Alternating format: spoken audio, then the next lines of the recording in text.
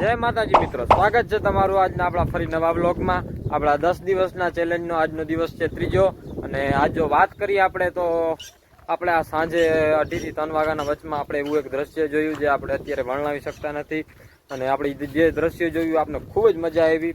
આપણે લાઈફમાં first time એવું દ્રશ્ય જોયું છે કે એ દ્રશ્ય જોવાની સાથે આપણા આમ રૂવાટા ઊભા થઈ ગયા હતા। જો આજ વાત કરીએ છીએ કે માની મમતા, એટલે માની મમતા શું હોય છે।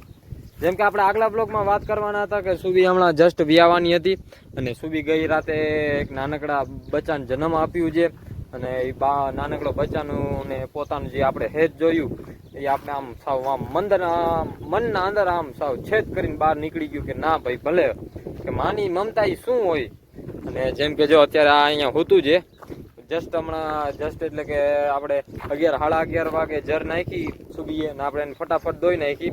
અને આ તમે જોઈ લ્યો હાવ નાનકડું બચ્ચું છે, હાવ સાવ આમ જોઈ લ્યો એટલે આમ સાવ ગલુડિયા ટાઈપ જેવું બચ્ચું છે ને એવો સાવ મસ્ત છે પાડી છે। અને રાતના આપણે કાંઈક 2 થી 2:30 ની વચમાં જન્મો છે અને આપણે 2 ને 2:30 વાગે જાગતા જ હતા કારણ કે આપણે ખ્યાલ હતું કે સુબી 5-6 દીમાં વ્યાવાની હતી એટલે એના કારણે આપણે જાગવું એ ફરજિયાત હતું। અને એટલે આપણે રાતે જે દ્રશ્ય જોયું પડદે તો અવાજ આવ્યો આમ બચ્ચું પડ્યું। હંમેશા એમ કહેવાય છે કે બચ્ચાને કોઈ દી જ્યારે એ જન્મે ત્યારે કોઈ દી એને હાથ ના ડાળો, એ આમ એકદમ પડે ને નીચે એ જે એને બહુ યોગ્ય કહેવાય। અને એ પડવાની સાથે બાપા ઉઠી ગયા, હું ઉઠી ગયો, 2-3 બાપા ફટાફટ ઉઠીને ડાયરેક્ટ એ બચ્ચાને પકડી ડાયરેક્ટ એના મોઢા આગળ રાખી દીધું। અને જ્યારે એ ચાટતી હતી, જ્યારે એ હેત કરતી હતી, ચાટતી હતી, એ દ્રશ્ય મેં આજ જોયું ને એટલું મને આમ માની મમતાનું આમ ખ્યાલ આવ્યું કે ના ભાઈ માની મમતા અત્યારે સુધી આમ ખળખળ રડે છે।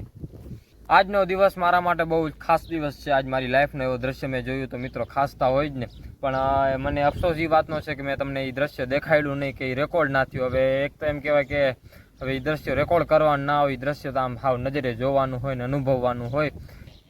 અત્યારે હું એ બેઠા રાડું દઈએ છે, અત્યારે સુબી સાવ આમ ચિંતિત છે, પોતાના બાળકથી થોડુંક દૂર છે પણ અત્યારે આને સાવ એક પળ આમ સાવ આમ દૂર કરે છે એનાથી, એવું લાગે છે ને કે અત્યારે એ રડે છે, અત્યારે સવારની રડે છે, જે આમ આંસુ ને ધાર વહી જાય છે। વિડીયો ક્વોલિટી થોડીક ઓછી છે એટલે આવતું નથી। આપણે તે જોયું એટલે કે હવે તમને એમ કહું કે ભેંસ વિયાઈ પછી આપણે શું કરવાનું, કારણ કે ડાયરેક્ટ ભેંસ વિયાઈ પહેલાં આપણે જસ્ટ એને બાળકને પહેલાં એની મા આગળના ખોળામાં રાખવો જોઈએ। એ મા પોતાના હેતથી જ્યારે જીભથી ચાટે એક કરીને અને પછી જસ્ટ જ્યારે જર પાડે એના પછી જ એને દોવાની હોય। અને દોવામાં ત્યારે ફર્સ્ટ ટાઈમ દૂધ ન આવે, ફર્સ્ટ ટાઈમ ખીરું આવે। ખીરું તમને ખ્યાલ હશે, આમ 90% વ્યક્તિનો ખ્યાલ જ હશે, 90% નહીં 100% વ્યક્તિની ખ્યાલ જ હશે ખીરું શું કહેવાય, જેનાથી બરે બને પેડા બને। એટલે કે જ્યારે થોડીક વાર થઈ અને કલાક એક જેવું થયું એટલે એ પાડી ઊભી થઈ છેટ આ બધું આખા ફરિયામાં આમ ચક્કર માર્યું, બધી ભેંસું આગળ ગઈ અને ભેંસું બહુ નામી કહેવાય કે ને જરાય માયરું નહીં, અને બધી ભેંસું એને હેત કર્યો અને એ જસ્ટ બધી આગળ ફરીને બધી માસીઓ આગળ આમ જસ્ટ મોજથી ફરીને પાછી એની માં આગળ આવીને બેસી ગઈ। એટલે કે પછી ચક્કર બકર બધું મારીને બેઠી એટલે પછી આપણે ફટાફટ એકદમ ગયા ચૂલા આગળ જઈને આખો ઓલો ટોપિયો લીધો પાણીનો, મીઠા પાણીનો ટોપિયો ભર્યો અને ચૂલા ઉપર રાખી દીધો ગરમ થવા માટે। જેમ ગરમ થઈ ગયું પછી આપણે એમાં નાખી દીધો બાજરો નાખવાનો મતલબ આપણે એમને કહેવાય ઘૂઘરી, કે જેથી ભેંસ પહેલી વખત વ્યાય, પહેલી કે બીજી વખત ગમે ત્યારે ભેંસ વ્યાય ત્યારે એને પહેલાં ઘૂઘરી ખવડાવવી જોઈએ। એટલે પછી આપણે ફટાફટ ઘૂઘરી ખવડાવી કે જેથી જર વહેલું પાડી દઈએ અને પોતે આમ બાજરો ખવડાવવાથી એના અંદર એને સ્વાસ્થ્ય એનું સારું રહે। પછી ઘૂઘરી ખાઈ લીધી અને પછી આપણે ફટાફટ નીરણ નાખી દીધી। ત્યારે લીલું ન નખાય, બધા એમ કહે છે, હવે શું ના નખાય મને ખ્યાલ નથી, કે સૂકું જ નાખાય। ફટાફટ આપણે એને સૂકું ખવડાવી દીધું અને પછી 7 વાગી ગયા એટલે જર ફેંકી દીધી હતી। પછી બાપા કે હવે દોવાનો ટાઈમ થઈ ગયો, પછી એને ગરમ પાણીથી નવરાવ્યું, સાફ કર્યું સુબીને અને નાનકડી પાડીને આપણે ફટાફટ નવરાવી મસ્ત નોર્મલ ગરમ પાણીથી। અને પછી આપણે ફટાફટ દોઈ એટલે બધા એમ કહે છે કે જ્યારે ભેંસ વ્યાય ત્યારે બધું દૂધ એનું એને ન કાઢવું, બધું ખીરું એનું ન કાઢી લેવું જોઈએ, કારણ કે બધું ખીરું કાઢી લે એટલે એને સુગર ઘટે અને પછી ફટાફટ બેસી જાય, પડી જાય। એટલે પહેલાં એને અડધી જ દોવી જોઈએ, 5-6 દી તો અડધી જ દોવી પડશે।